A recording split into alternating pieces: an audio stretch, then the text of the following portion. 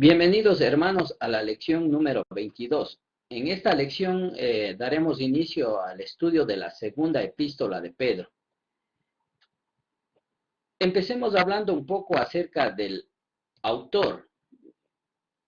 La evidencia interna en el versículo 1 pues nos menciona que el autor de esta epístola es el apóstol Pedro. Pero aparte de esto que hace una mención directa, también hace una mención indirecta en el capítulo 1, 16 y 18, donde el autor se presenta como testigo de la transfiguración de Cristo, cuando Dios le dijo, este es mi Hijo amado en quien tengo complacencia. Aunque hay muchos que han procurado desvirtuar que Pedro fuese el autor de esta epístola, sin embargo, la mayoría está de acuerdo y durante la primera época cristiana estaban de acuerdo en que Pedro efectivamente fue el autor. Entonces, queda confirmada esa evidencia de que Pedro fue el autor. Ahora, cuando hablamos respecto a los destinatarios, estamos hablando que los destinatarios en esta segunda epístola serían los mismos a quienes se dirigió en la primera epístola. Estos destinatarios eran hermanos que huyeron en la persecución de Jerusalén y se fueron dispersando por el Asia Menor. Por eso se le llama a los hermanos de la diáspora. Tenemos algunos lugares mencionados en la primera epístola, como son Ponto, Capadocia y Bitinia, que serían lugares en donde se encontraban estos hermanos. En cuanto a qué tipo de hermanos eran, pues era una mezcla entre lo que eran judíos y los que eran también gentiles. La mayoría de la congregación pues se creía, algunos piensan que eran gentiles, mientras que otros piensan que eran judíos, pero había más o menos tal vez un equilibrio entre esta congregación. En cuanto a la fecha, pues estaríamos hablando ya que fue una epístola escrita luego de la primera. Y estaríamos hablando también de que ya Pedro estaba cerca de partir hacia Dios en sus últimos días. Por eso los escritores le han puesto como evidencia más o menos por el año 65 al 67, que serían los últimos años en que Pedro estuvo vivo y luego fue martirizado. El lugar en donde fue escrito la epístola sería en Roma, porque fue en Roma que él fue martirizado. Entonces, siendo que escribió desde ese lugar, estaríamos hablando de que no había otro lugar en el cual él podría haber escrito, sino desde Roma. También el hecho de que menciona al apóstol Pablo, posiblemente él junto con Pedro estuvieron ahí en ese lugar para sus últimos años de vida. Entonces, hablando de la fecha y el lugar, estaríamos hablando más o menos de esas fechas.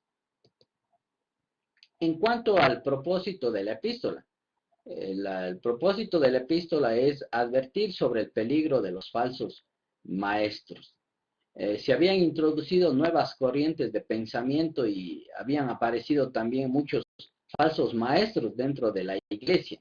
Así como hubo también falsos profetas en el Antiguo Testamento, Pedro hace la mención de que también en el periodo de ellos existirá también falsos maestros. Ahora, los falsos maestros estaban seduciendo sobre todo a nuevos convertidos o hermanos que eran nuevos en la fe.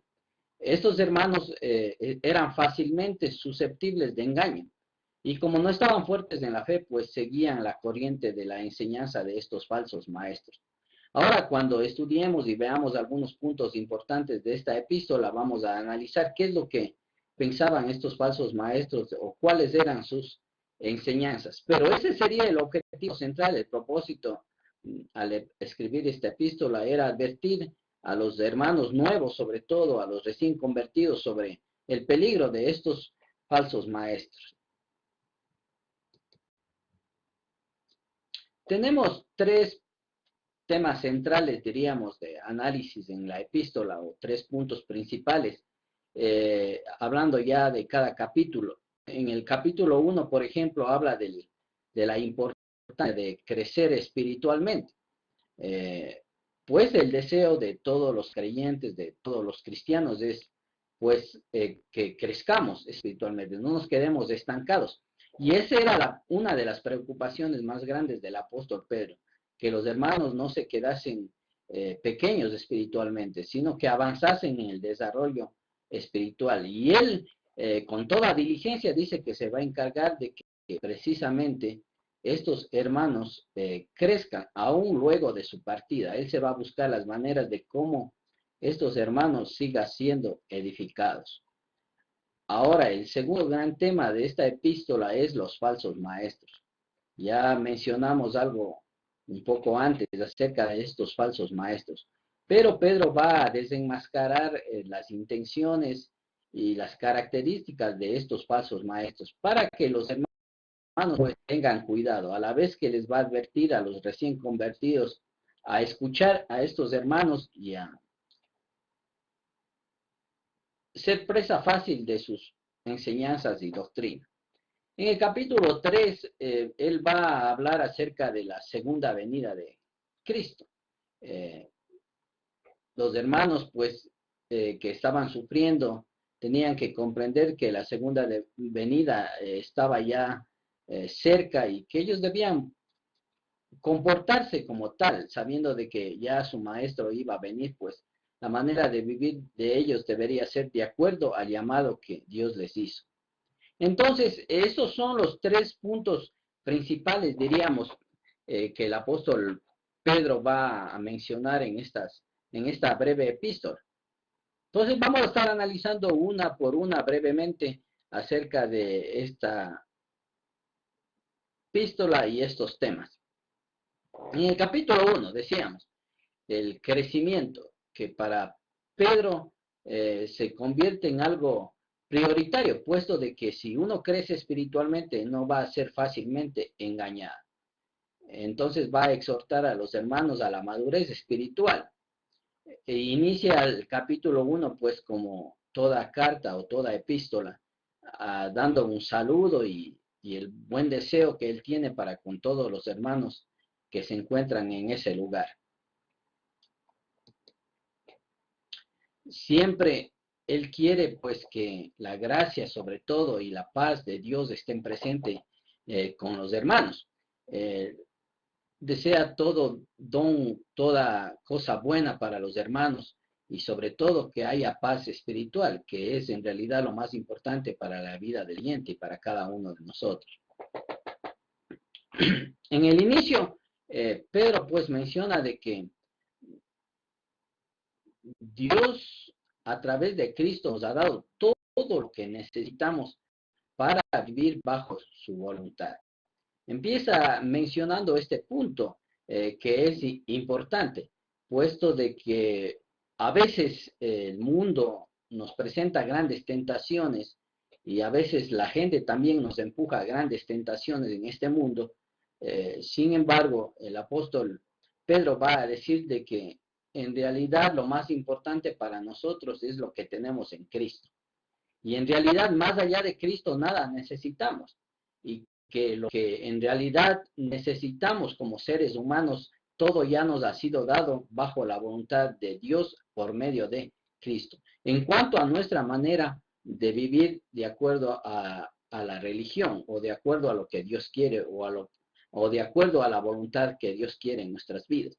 Entonces, Cristo sería el centro de nuestras vidas. El centro de todos los creyentes debe ser Cristo, puesto de que ahí está reunido todo lo que Dios quiere para cada uno de nosotros.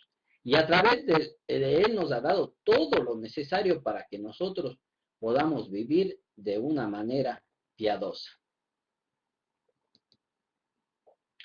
Ahora, va Él a enfatizar el hecho de que vivir de una manera piadosa nos va a llevar al punto que quiere Dios alcanzar de nosotros, que nosotros lleguemos a ser participantes de esa naturaleza divina de Dios. Mientras estemos en este mundo, pues el mundo y nuestro cuerpo terrenal nos va a llevar siempre a pensar en las cosas de este mundo, a querer vivir siempre bajo una voluntad terrena.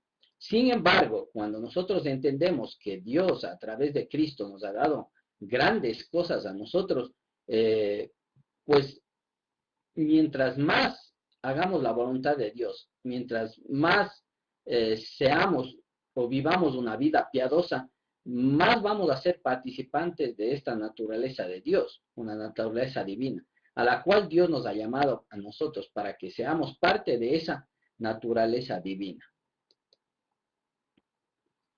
Ahora, otro punto importante que resalta Pedro en esta epístola es de que para ser participantes pues de esta naturaleza terrenal es necesario escapar de la corrupción del mundo.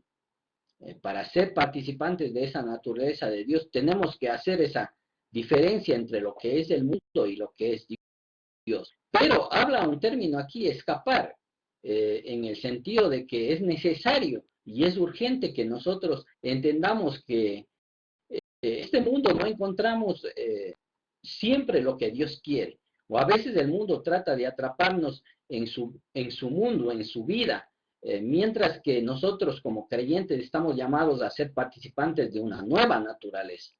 Entonces él menciona que necesitamos escapar de la corrupción que existe en este mundo. Hablando pues en otras partes o otras epístolas se menciona de que el mundo entero está bajo el dominio de Satanás. Entonces el creyente tiene que escapar del mundo. Yo ya lo he mencionado en ocasiones anteriores que a veces, pues, lo que se pretende hacer a veces con la iglesia es todo lo contrario. Se trata de nuevo de reinsertarle al mundo. Y era precisamente lo que estaban haciendo estos falsos maestros. Y Pedro les desenmascara, dice, ustedes una vez huyeron de la corrupción del mundo, pero estos falsos maestros están ofreciendo de nuevo que ustedes vuelvan a esa corrupción. Y es esta lucha espiritual que nosotros vivimos como creyentes, tratando de vivir lo que Dios quiere y a veces el mundo tratando de atraparnos nuevamente. Pero a veces son los mismos maestros los que están induciendo a los creyentes o induciendo a los hermanos a que volvamos a vivir esa vida que no tenía sentido para nosotros. Sin embargo, Pedro está exhortando a los hermanos que escapen. Si quieren ser participantes de la naturaleza divina, tienen que huir de la corrupción de este mundo.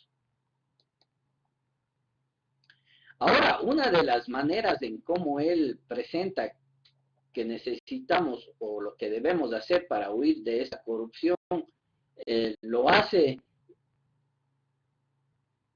exhortándonos a que alcancemos la madurez.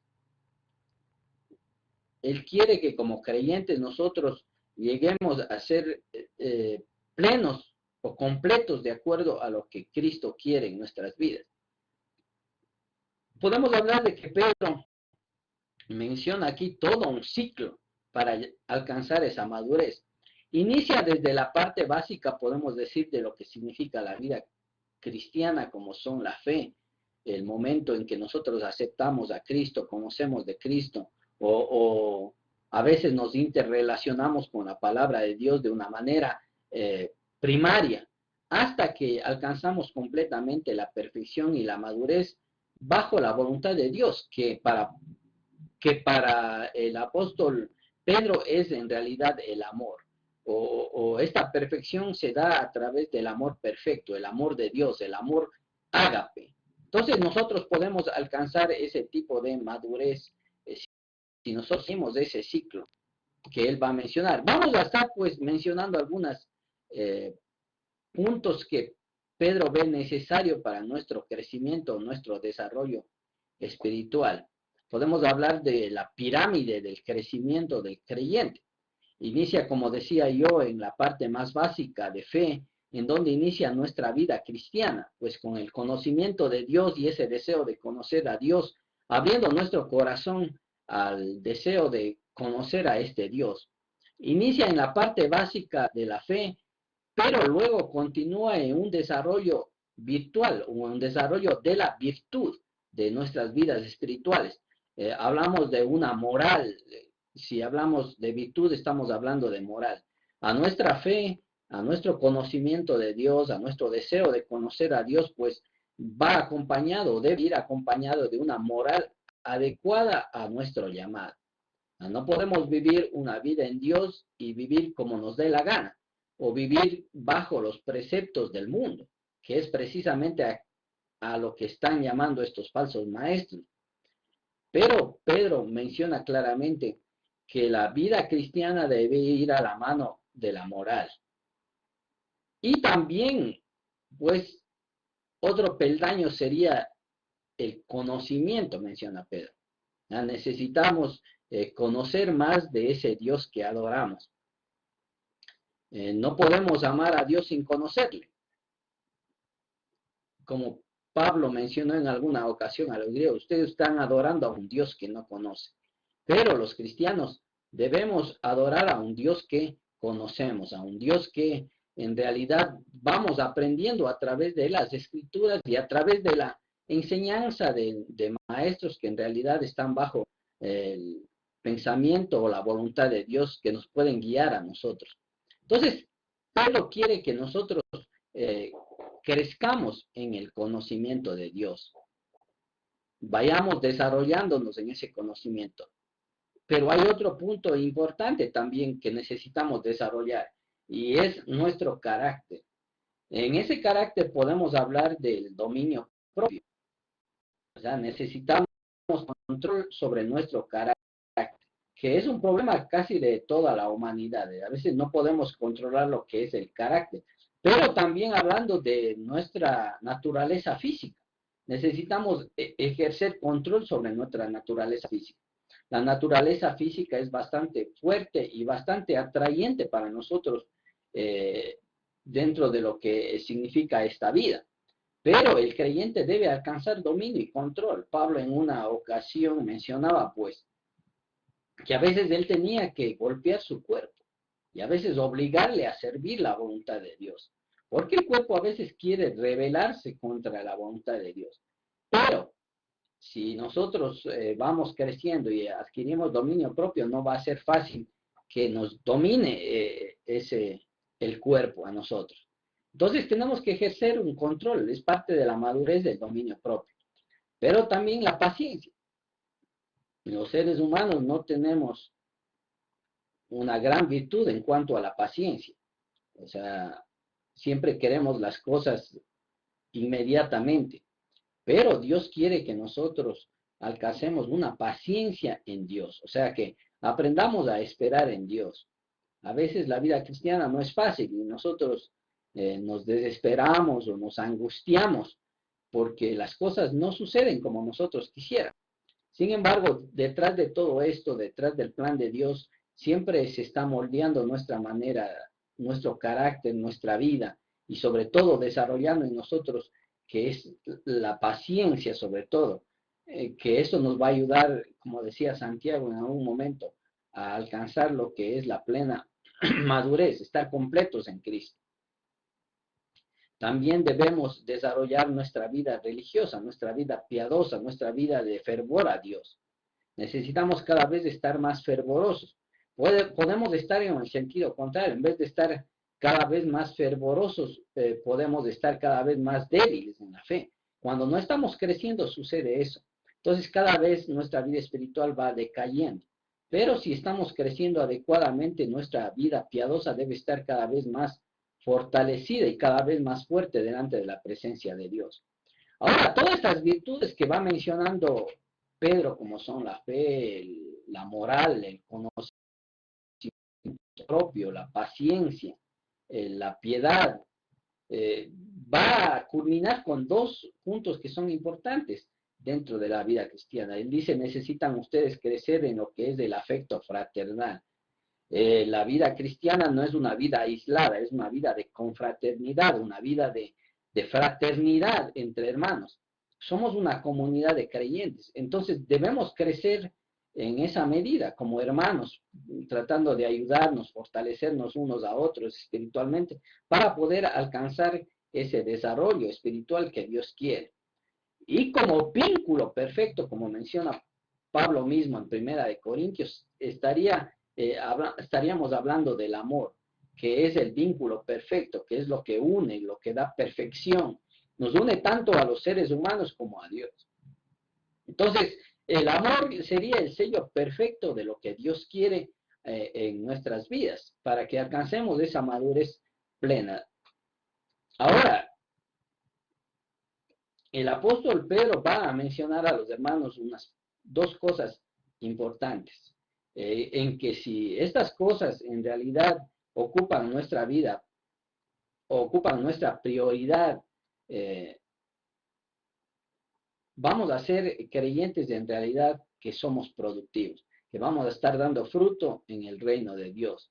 Si nosotros descuidamos todos estos aspectos, pues no vamos a poder madurar ni vamos a hacer algunas obras buenas para las cuales hemos sido llamados. Dejamos de ser productivos. Además dice de que si estas cosas abundan en nuestra vida, también nos van a dar firmeza espiritual. ¿Qué es la preocupación prioritaria, pienso, de Pedro por lo que está sucediendo con los hermanos recién convertidos? Él quiere que los hermanos alcancen la madurez, que sean productivos y que sean firmes también, porque de esa manera fácilmente no van a ser seducidos por los falsos maestros. Entonces es importante el crecimiento en la vida de los cristianos y lo que nosotros necesitamos hacer. Menciona otro punto importante respecto a la falta de crecimiento.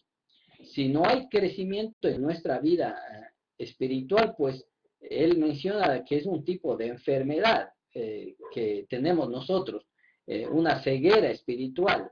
Llamaríamos en cierto sentido físico Alzheimer en nuestra vida espiritual.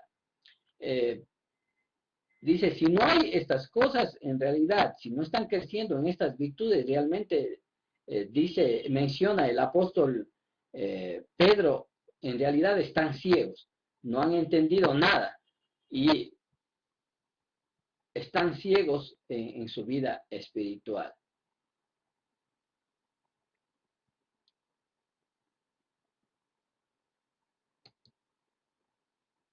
Por tanto, va a terminar exhortándoles a esforzarse, sobre todo en el capítulo 1. Hermanos, esfuércense, la vida cristiana es una vida de esfuerzo, de lucha, una vida que hay que seguir adelante. Hay que recordar que en realidad la vida cristiana es una vocación, en realidad es un llamado que Dios nos ha hecho. Entonces, hacer firme esa vocación para el cual nosotros hemos sido llamados. De la misma manera que es una profesión también en nuestra vida. La vida cristiana es una profesión. Y la profesión que uno sigue no es una cuestión de un día o de dos o de tres, sino que en realidad Dios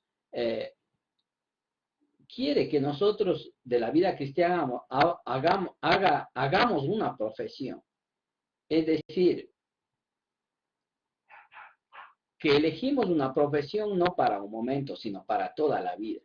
Y la vida del cristiano no es una vida de un momento, sino una vida para toda nuestra vida, si valga la redundancia. Necesitamos hacer firme esa vocación y esa profesión para la cual Dios nos ha llamado. Pero esto requiere esfuerzo, requiere un crecimiento espiritual en nuestra vida. Haciendo firme la elección, nuevamente podemos decir que menciona Pedro. Esta elección habla de que hemos sido sacados del mundo de tinieblas para vivir ahora una nueva manera de vivir. Por eso Pedro menciona también que hemos llegado a ser parte de una nación santa, como veíamos en la primera epístola. Él mismo hace referencia a este llamado, somos una nación de sacerdotes, con una vocación y una misión especial. Entonces necesitamos hacer firme esa elección para la cual Dios nos ha llamado. Ahora, también menciona de que si nosotros tenemos todas estas virtudes, esta fe, este amor, está continuamente en cada uno de nuestra vida, Dios nos va a proteger. Dios nos va a proveer protección adecuada, espiritual, hasta el día en que su Hijo venga por segunda vez. Si hacen estas cosas, menciona Pedro, nunca caerán, o no caeréis jamás de la vida espiritual a la cual hemos sido llamados. Entonces es importante recordar siempre esta exhortación del apóstol Pedro a los hermanos a estar continuamente creciendo y llegando a la madurez espiritual que necesitamos. Si hacemos todas estas cosas, termina mencionando Pedro, que la puerta del reino se nos abrirá de par en par. Esto parece un poco contradictorio. Si ya estamos en el reino, ¿por qué menciona Pedro que se nos abrirá la puerta del reino? Si nosotros estamos continuamente creciendo espiritualmente. Bueno, porque la implicación del reino en la escritura tiene varias connotaciones. A veces sí se refiere a la iglesia, pero a veces el reino también se refiere a ese lugar especial o a esa relación especial que tendremos con Cristo en algún momento cuando Él venga por segunda vez. Entonces, vamos a tener esa oportunidad de ser participantes de esa gloria de Dios si nosotros estamos continuamente creciendo y bajo la voluntad de Dios. Quiere recordarles, dice, yo estoy pendiente de que esto siempre ustedes estén acordándose, menciona Pedro. Y voy a recordarles una y otra vez lo mismo, aunque resulte a veces cansado, aunque resulte a veces aburrido. A veces cuando nosotros escuchamos ya una lección, dos, tres, la misma lección, eso puede resultar un poco tedioso. Pero Pedro dice, a mí no me importa que resulte un poco tedioso para ustedes, o no me importa de que llegue a ser algo cansado para ustedes, porque en realidad es vital para ustedes. Y yo me voy a encargar de que ustedes siempre estén escuchando lo mismo y lo mismo, hasta que puedan crecer en la fe.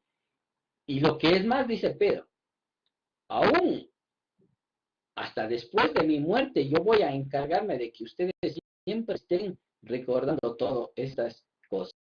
Esta mención que hace Pedro, pues da validez de que en realidad Pedro ya estaba en sus últimos años de vida y él está ya para partir y él sabe posiblemente por medio de Cristo que va a morir. Entonces él quiere asegurar estas enseñanzas para sus hermanos y a quienes ama de una manera entrañable, con todo el amor fraternal que él está exhortando también que tenga. Ahora dice Pedro, yo no soy cualquiera, más bien va a dar su reafirmación de que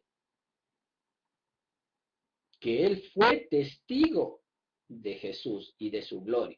En realidad lo que él está enseñando no son vanidades o no es una ilusión que a él se le ocurre o porque él piense que es así, sino él habla con toda autoridad porque él ha conocido a Jesús en vida personal, ha sido un testigo de la vida de Cristo, pero también ha sido un testigo de la gloria. Cuando él subió al monte en la transfiguración, él pudo ver la gloria de Dios y la gloria de Cristo. Cuando se apareció junto a Elías y Moisés y cuando Dios le dijo, este es mi hijo amado. Entonces no está él hablando sin base, sino con plena base y con pleno conocimiento para exhortar y llamar con autoridad a los hermanos. Eso es importante. Ahora, esta verdad que Pedro tiene en su vida no es solo una verdad momentánea, sino que en realidad esta verdad ya fue profetizada aún desde mucho antes acerca de Cristo. Esta verdad ya viene enseñada a través de los profetas. En el Antiguo Testamento se hablaba del Mesías. Tenemos en los Salmos hablando también acerca del Mesías, de Jesús, como como alguien parte de la nueva realidad del Evangelio ya para nosotros, de esta nueva realidad del reino. Pedro fue testigo de eso y él por eso está esforzándose por enseñar a los hermanos, a que ellos hagan caso de eso, de que Cristo ha enseñado. Ahora menciona un hecho también, punto importante, que, o sea, la profecía precisamente del Antiguo Testamento no estaba tampoco, como él dice, esto no estoy enseñando por mi propia voluntad. Tampoco la profecía del Antiguo Testamento fue voluntad de los profetas, sino que en realidad detrás de todo esto estaba la mano de Dios o la inspiración de Dios. Dios estaba hablando a través de sus profetas acerca de esta realidad que íbamos a tener en Cristo y la nueva vida espiritual que se iba a manifestar a través de Cristo. Entonces, la profecía no fue de interpretación privada de nadie, sino más bien la profecía fue para que sea entendida y enseñada para todos, de la misma manera que Pedro está haciendo y está buscando que los hermanos conozcan todas estas cosas, que no se dejen engañar fácilmente, que su fe no decaiga fácilmente, que no sean inducidos por falsos maestros, sino que en realidad permanezcan en esa fe de Dios.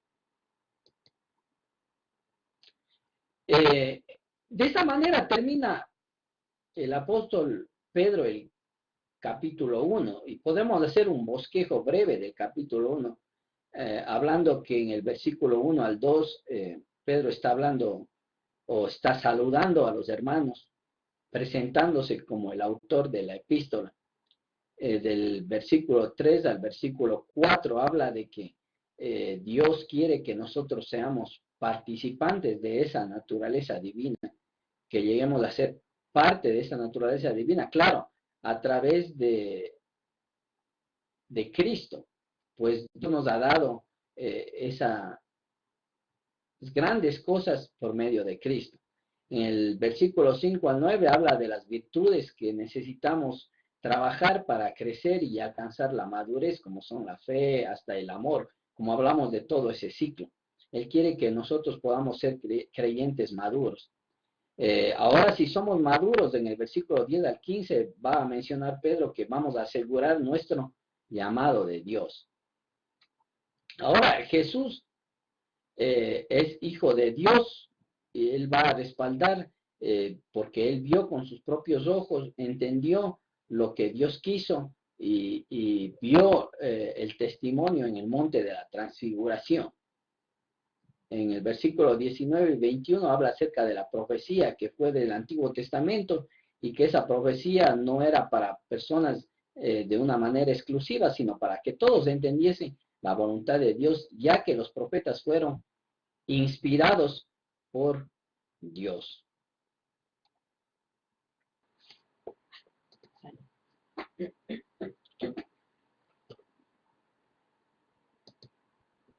En el capítulo 2 ya empezando, él empieza a hablar acerca de los falsos maestros. Vamos a estar viendo más o menos qué nos dice acerca de estos falsos maestros. En primer lugar, hace la aclaración de que va a haber falsos maestros como también lo hubo en el Antiguo Testamento, falsos profetas. Y estos falsos profetas, pues, andaban profetizando su propia voluntad, nunca quisieron someterse a la realidad de Dios, y a veces falsos profetas se aliaban con los gobiernos para mentir al pueblo y engañar al pueblo. Pero siempre Dios condenó la falsa profecía y Dios dijo que los falsos profetas van a merecer castigo. Si nosotros estudiamos el libro de Ezequiel, habla mucho acerca de estos falsos profetas que peleaban y que no tenían misericordia con las ovejas, que pisoteaban su agua, y era un sinnúmero de crisis para el pueblo de Israel. Muchos de estos falsos profetas llevaron al engaño y al desenfreno y a la caída de Israel y también de su pueblo Judá. Entonces, eso empieza mencionando el apóstol Pedro. Indica también que de la misma manera en nuestros tiempos va a haber falsos maestros. Ahora, esto es importante que nosotros entendamos. No podemos creer cualquier cosa que nosotros escuchamos. Hay que tener cuidado espiritualmente, sobre todo en estos últimos tiempos que salen maestros por todo lado y cada quien quiere enseñar lo que quiera. A veces no se quieren sujetar a la voluntad de Dios, sino a su propia voluntad, que es precisamente lo que están haciendo los falsos maestros del primer siglo.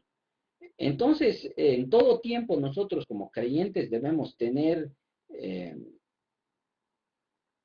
cuidado de lo que aprendemos, de lo que escuchamos, siempre estar pendientes de lo que dice la Escritura, sobre todo que es la norma de nuestra fe, no creer a todo lo que dicen las personas, sobre todo en este tiempo, sino más bien siempre escudriñar, ser como los de Berea, que escudriñaban cada día las Escrituras para ver si en realidad esto era así o era invento nomás de los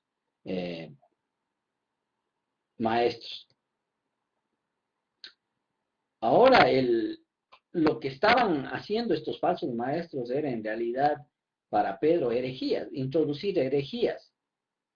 hasta tal punto de que estas enseñanzas o doctrinas que ellos estaban dando iban en completo, o era completamente contrario a lo que Cristo había enseñado a través de todos los tiempos. Tal es el punto de que podía hablarse de que estos, en realidad lo que estaban haciendo es negando aún al mismo Cristo. Las enseñanzas iban contra lo que Cristo quería. Esta era una manera de, en realidad, negar a Cristo mismo. Podemos ver que en algunos casos extremos ciertas enseñanzas, ciertas doctrinas de nosotros puede hacernos que en realidad lo que nosotros enseñamos sea una negación de Cristo más que una verificación de Cristo. ¿Y de dónde surgen estos falsos maestros? No son maestros del mundo, son personas que salen de la iglesia misma o que están en la iglesia.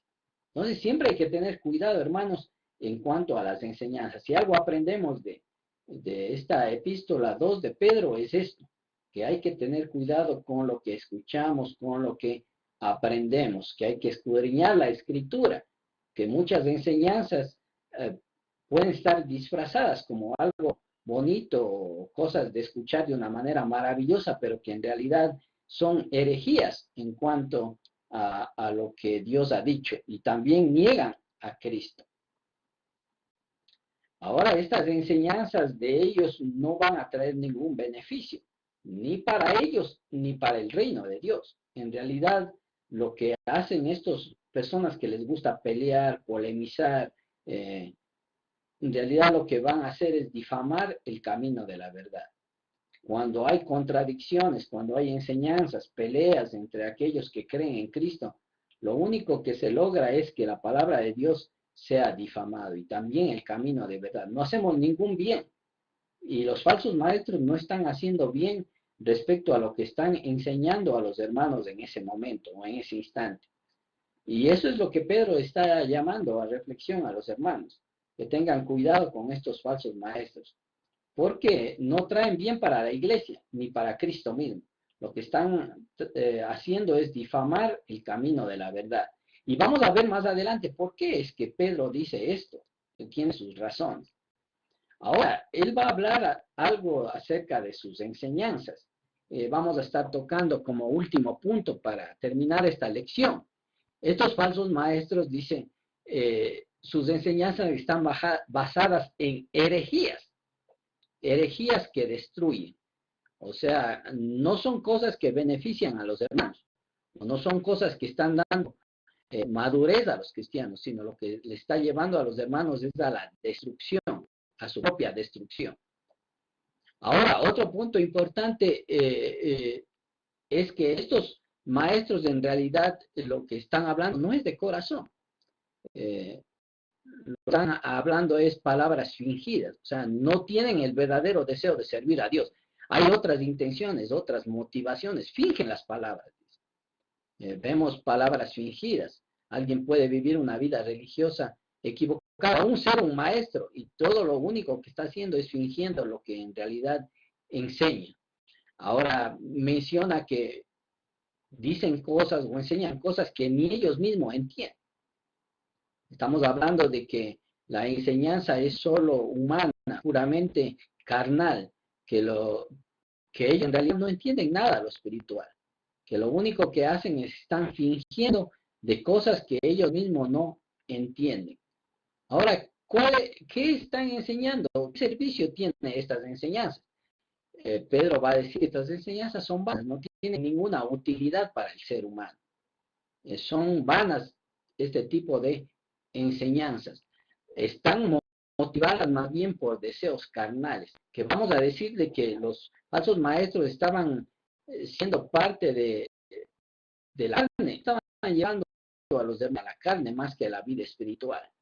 A veces es tristeza cuando uno escucha a un maestro que no está esforzándose por dar una enseñanza espiritual a la gente, sino más bien como que está esforzándose por llevarle a deseos carnales que ya no debe ser dentro de la vida cristiana. Entonces, las motivaciones de estos maestros más bien eran carnales. Ahora el punto era de que estos maestros estaban ofreciendo libertad, entre comillas, a los hermanos. A veces la vida cristiana puede para el creyente tornarse un poco como una cárcel o como algo que nos aprisiona. Pero estos falsos maestros estaban queriendo librar a los hermanos de esto y darles una falsa libertad, menciona Pedro.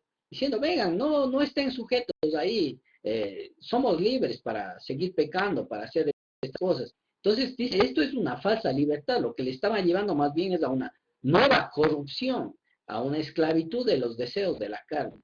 Era lo que estaban llevando estos falsos maestros. Por lo que Pedro les menciona que son fuentes sin agua. La gente quiere buscar esa agua espiritual para satisfacer su sed, pero lo único que logra con los falsos maestros es nuevamente encarrilarse a la vida de esclavitud carnal y no encuentran ese deseo, esa libertad que Dios nos ofrece a nosotros en Cristo. Entonces hay que tener cuidado, yo decía, con las enseñanzas que recibimos y con los maestros que escuchamos. Que no sean estos maestros que nos están empujando nuevamente a una vida de la cual ya nosotros hemos escapado. En esta parte nosotros terminaríamos esta lección número 22. Espero de que les sirva, que puedan ustedes participar con los hermanos y que Dios les bendiga y que Dios les dé gracia y paz a cada uno de ustedes. Gracias por estar en esta lección.